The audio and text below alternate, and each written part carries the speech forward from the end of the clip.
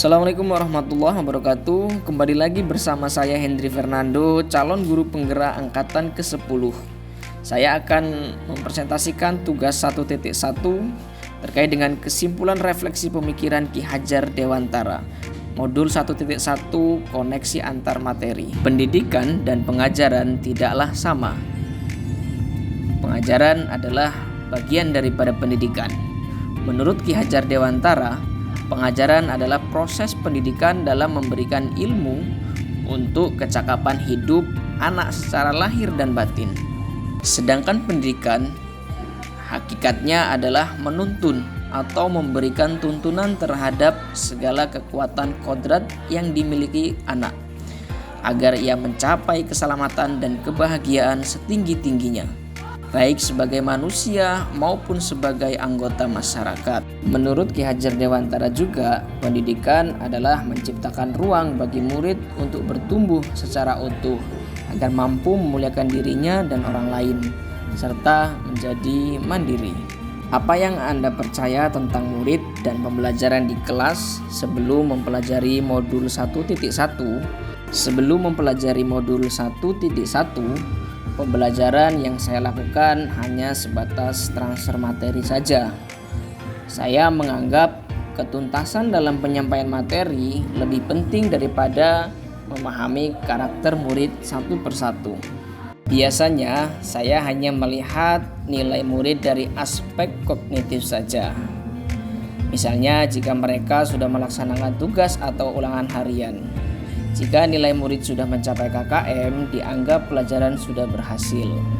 Selain itu, saya juga beranggapan murid hanya sebagai objek pembelajaran. Sebelumnya, saya tidak mempedulikan apakah murid sudah benar-benar paham, karena fokus utama saya adalah ketercapaian materi. Saya pun hanya meminta siswa untuk menghafal. Saya hanya menganggap murid hanya sebagai objek pembelajaran. Saya pun terkadang merasa gagal jika banyak murid yang tidak tuntas setelah saya melakukan evaluasi. Namun setelah saya mempelajari modul 1.1 tentang pemikiran Ki Hajar Dewantara, saya menyadari bahwa apa yang saya pikirkan dan saya lakukan selama ini kurang tepat.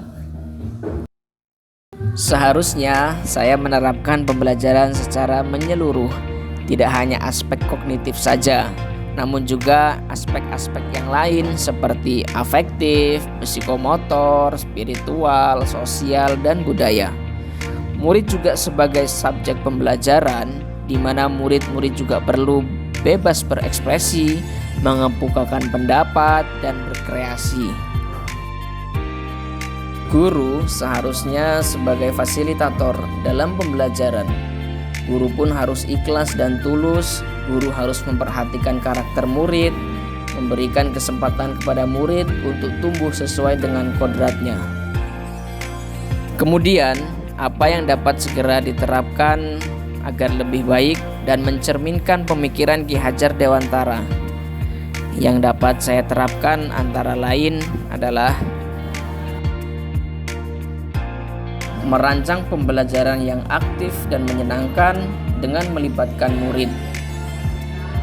Berikutnya, saya menerapkan abad ke-21 yang sesuai dengan pemikiran Ki Hajar Dewantara, yaitu berpikir kritis, kreatif, komunikatif, dan kolaborasi. Dengan berpegang teguh dengan memerdekakan pada anak, di mana pembelajaran tidak lagi menuntut tapi menuntun. Karena tugas guru adalah memberi arahan atau tuntunan yang baik pada murid, berusaha menjadi teladan bagi murid baik dalam perkataan maupun perbuatan. Selanjutnya, saya harus mendalami karakter dan latar belakang murid dengan menjalin komunikasi yang baik. Sekian, terima kasih. Salam guru hebat, salam guru penggerak, salam merdeka belajar. Mohon maaf. Assalamualaikum warahmatullahi wabarakatuh.